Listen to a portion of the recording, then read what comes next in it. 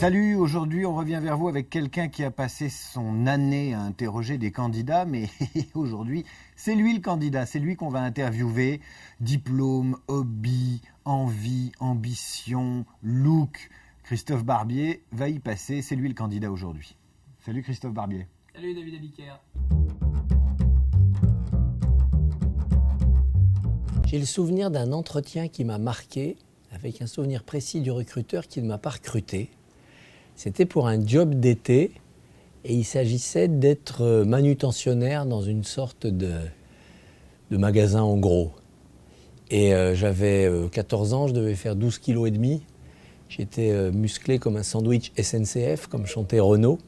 Et donc j'ai pas été pris et je dois avouer que la décision était assez logique.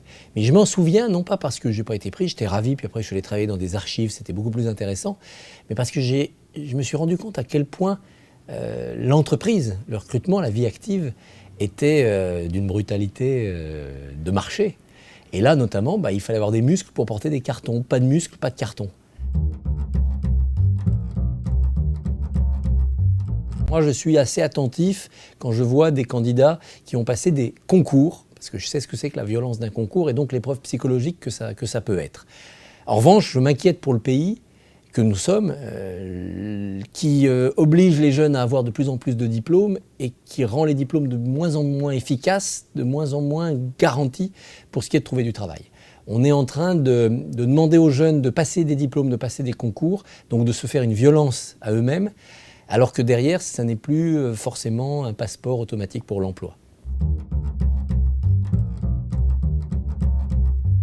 J'applique plusieurs critères quand je recrute quelqu'un. D'abord, il faut rester totalement libre de son esprit pour que l'instinct fonctionne. Et avoir des atomes crochus ou avoir un mauvais pressentiment ou au contraire, trouver dans l'œil de l'autre quelque chose qui pétille et qui fait sens, c'est essentiel. Méfiez-vous de votre premier sentiment, c'est souvent le bon. Ensuite, quand je interroge dans un entretien de recrutement, j'ai un process qui est souvent le même. J'aime bien savoir d'où viennent les gens. Un numéro de département de naissance, c'est important. Une ville où on a grandi, c'est important. Le métier des parents, c'est important. Ce qu'on a fait comme petit boulot d'été, c'est important. On n'a pas la même vision de la société et c'est important pour un journaliste si on a été pendant 3 ans de suite caissière dans un supermarché ou si on a été hôtesse d'accueil ou si on a été pour les garçons moniteur de colonies de vacances ou si on a été à l'usine ou si on n'a rien fait. Ça, c'est important. Et puis le parcours professionnel. On fait un métier d'envie, on fait un métier de vocation parce qu'on ne rentre pas dans ce métier pour la gloire ou pour la fortune. Et donc la vocation, ça se mesure tôt. Et quand moi je tombe sur un gamin de 20 ans qui a 16 ans, a fait 1 mois au Courrier Picard en tenant tout seul le bureau de Holtonival parce que le titulaire était en vacances et que ce gamin à 16 ans, il a fait texte et photo pour le départ en retraite de l'adjudant, l'incendie du camping des Flots Bleus et l'intoxication alimentaire dans un restaurant de moules frites, je me dis celui-là il en veut. Je ne sais pas encore si ça sera un bon journaliste, mais c'est un vrai journaliste.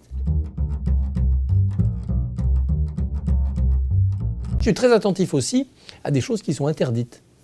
Interdites de plus en plus par la loi, parce que le CV anonyme est là, parce que la demande de protection est là. Et moi, j'aime bien demander aux gens qui cherchent un boulot quelle est leur identité profonde. Et quand je vois quelqu'un qui peut avoir une religion, une couleur, des goûts, un parcours, où on peut aller fouiller un petit peu, je pose des questions. J'aime bien poser ces questions-là, très très déplacées. Est-ce qu'ils ont été confrontés parce qu'ils viennent du 9-3, du racisme, comment ils le vivent ? Qu'est-ce qui répondrait à un recruteur qui leur dirait « Écoutez, mademoiselle, c'est bien gentil, mais vous n'êtes pas assez déliée pour faire ce métier, je ne peux pas vous prendre. » Autant de raisonnements qui, pour un employeur, sont aux limites de la légalité. Mais la réalité du métier, c'est ça. Je suis très méfiant, même si je ne ferme pas la porte, vis-à-vis de ceux qui ont des vocations tardives. J'ai fait 2 ans de médecine, j'ai fait 3 ans de droit, j'ai fait 5 ans de communication et de psychologie, donc je veux être journaliste. Ça, je suis toujours très rétif. Je me dis toujours que c'est des gens qui sont égarés et qui arrivent par hasard et par erreur, par élimination dans nos métiers. Je m'interdis de dire à quelqu'un « vous n'y arriverez jamais ». Parce qu'il y a une part artistique dans notre métier et que cette part artistique fait qu'on ne sait jamais si quelqu'un qui a 22 ans, 23 ans semble absolument pas fait pour ça, ne va pas devenir Mozart. Et donc il ne faut jamais dire « vous n'y arriverez pas ». pense que c'est un métier, pour les jeunes, dans lequel on ne peut pas rentrer sans humilité. Il faut retrouver une forme d'humilité qui n'est pas seulement du simple respect des gens avec qui on va travailler, mais de la compréhension qu'on va rentrer dans un journal dont l'identité historique est plus forte que son identité personnelle. C'est un peu qu'est-ce que je peux apporter à l'Express et non pas qu'est-ce que l'Express peut m'apporter. Ça, c'est une attitude que je recherche toujours, et notamment chez les jeunes qui candidatent, je la recherche systématiquement. Et je dois dire que depuis quelques années, depuis que la crise écrase tout le monde, il n'y a plus d'arrogants.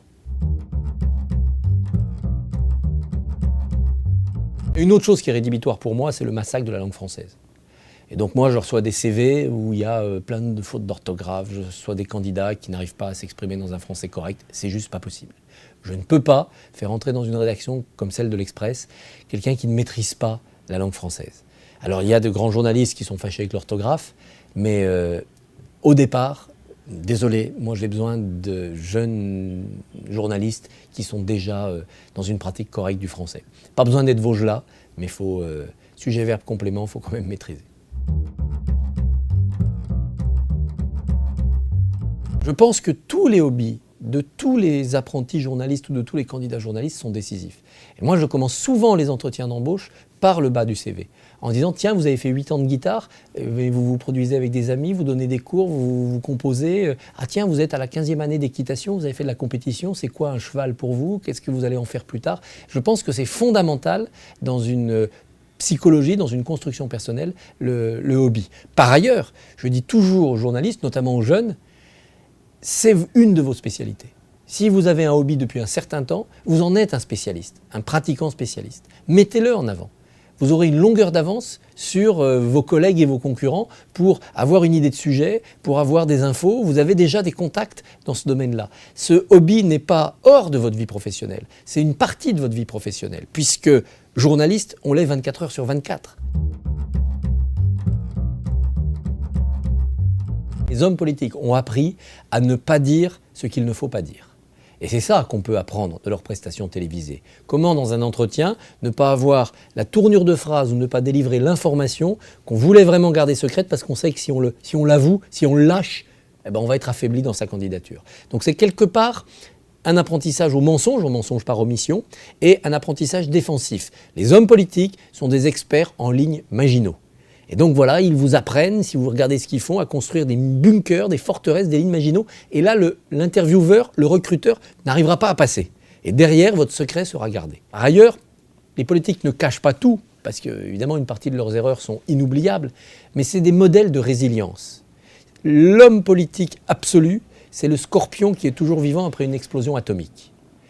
Et donc, si soi-même, dans sa vie professionnelle, on peut être un scorpion qui a reçu une bombe atomique et qui sort du sable en pleine forme, on prouve à son recruteur qu'on n'est peut-être pas parfait, mais qu'on est sacrément résistant. Ça aussi, l'école politique est excellente. Il n'y a pas plus violent que le métier politique. Je pense que c'est la malhonnêteté. La qualité professionnelle au sens technique, ce serait la maîtrise des langues vivantes. La seule raison que j'aurais d'aller diriger le Figaro, c'est qu'un barbier au Figaro, ça ferait rire Beaumarchais dans sa tombe quand même.